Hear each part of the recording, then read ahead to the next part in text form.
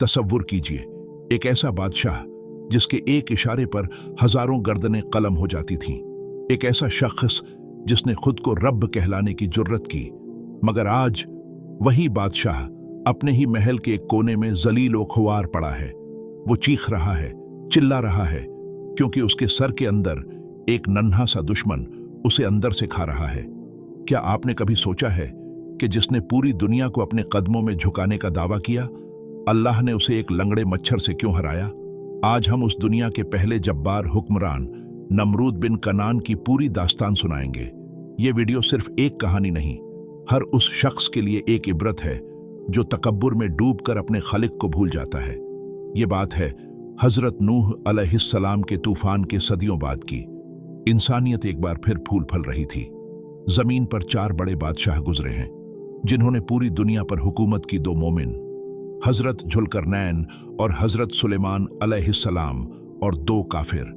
उन काफिरों में सबसे पहला नाम था नमरूद, नमरूद बिन कनान। ये वो शख्स था जिसने बाबुल यानी बेबीलोन को अपना मरकज बनाया। उस दौर में बाबुल दुनिया का सबसे अमीर और जदीद शहर था। लोग सितारों की पूजा करते थे, जादू टोना आम था और शिर्क की गहराइयों में डूबे हुए थे।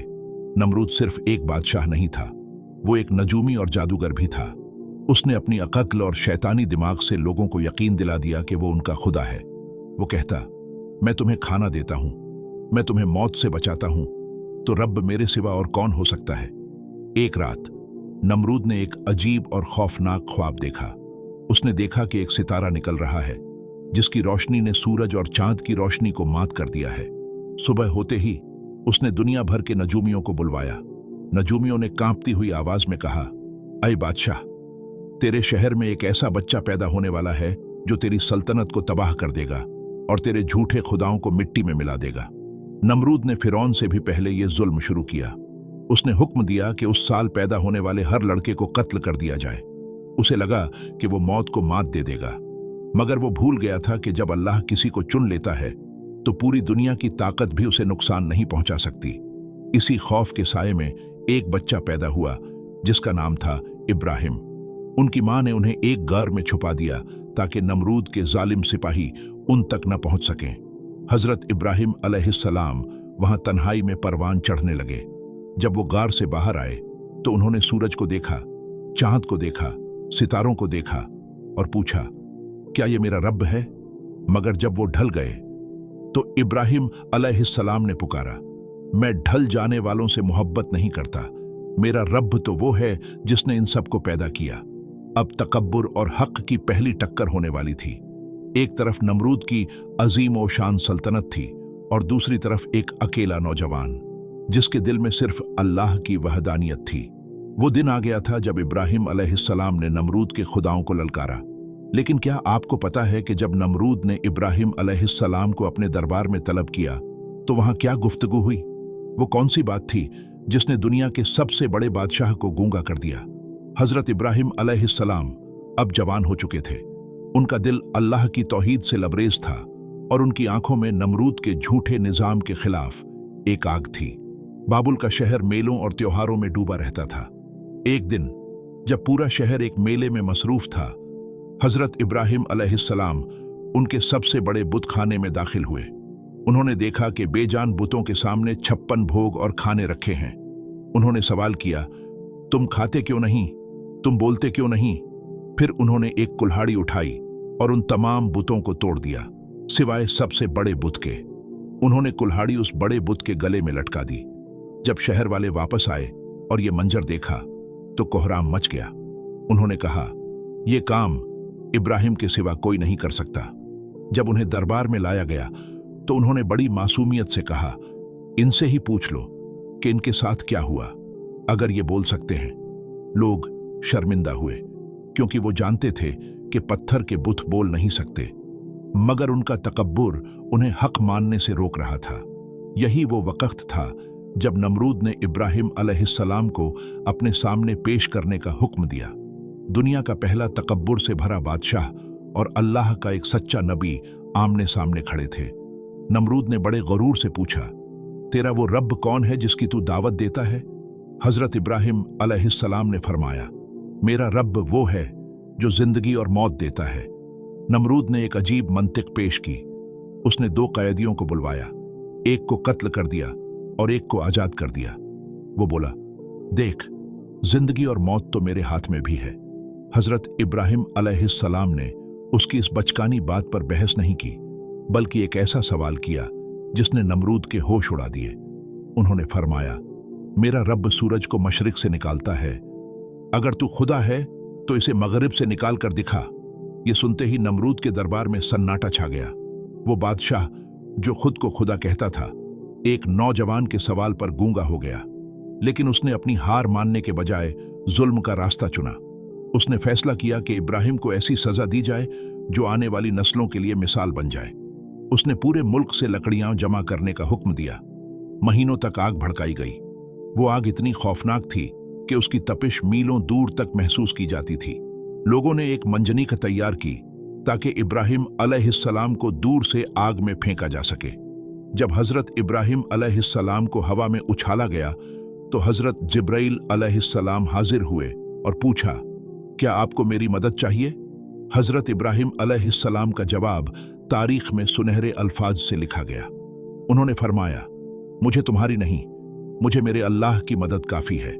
जैसे ही वो उस दहकती हुई आग में गिरे, अल्लाह का हुक्म हुआ, आई आग, इब्राहिम पर ठंडी और सलामती वाली हो जा। वो आग जो लोहे को पिघला सकती थी, वो इब्राहिम अलैहिस्सलाम के लिए एक गुलिस्तान बन गई। नमरूद अपने महल की ऊंचाई से ये देखकर दंग रह गया कि आग के बीचों बीच इब्राहिम अलैहिस्सलाम बड़े इत्मीनान से बैठे हैं। ये नमरूद की पहली बड़ी शिकस्त थी, मगर उसका दिल अब भी पत्थर से ज्यादा सख्त था। उसने खुदा से जंग करने का एक नया और खौफनाक मंसूबा बनाया।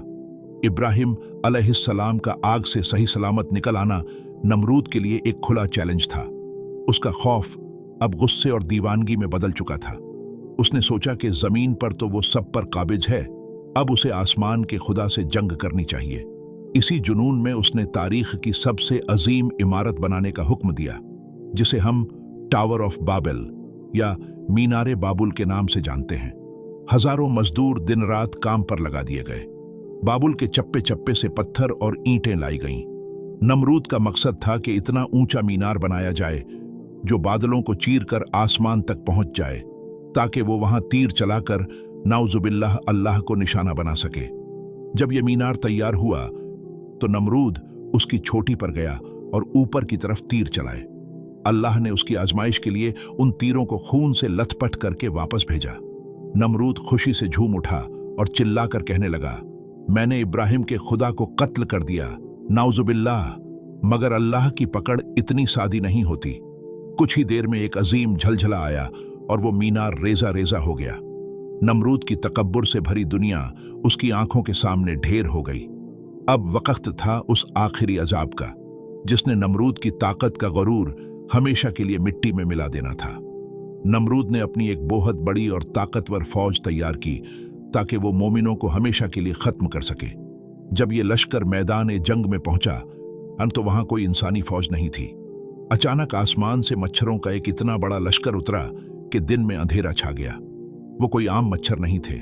उन्होंने नमरूद के सिपाहियों का गोश्त और खून इस तरह चाट कर लिया कि सिर्फ हड्डियां बाकी रह गईं।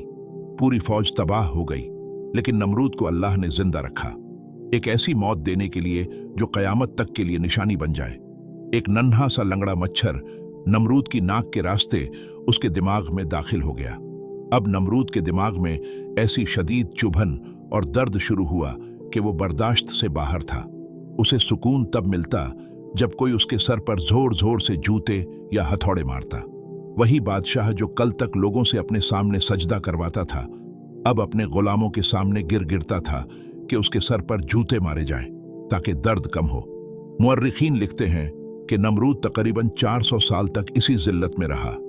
जितने साल उसने तकब्बुर में हुकूमत की, उतने ही साल उसने जूते खाते हुए गुजारे।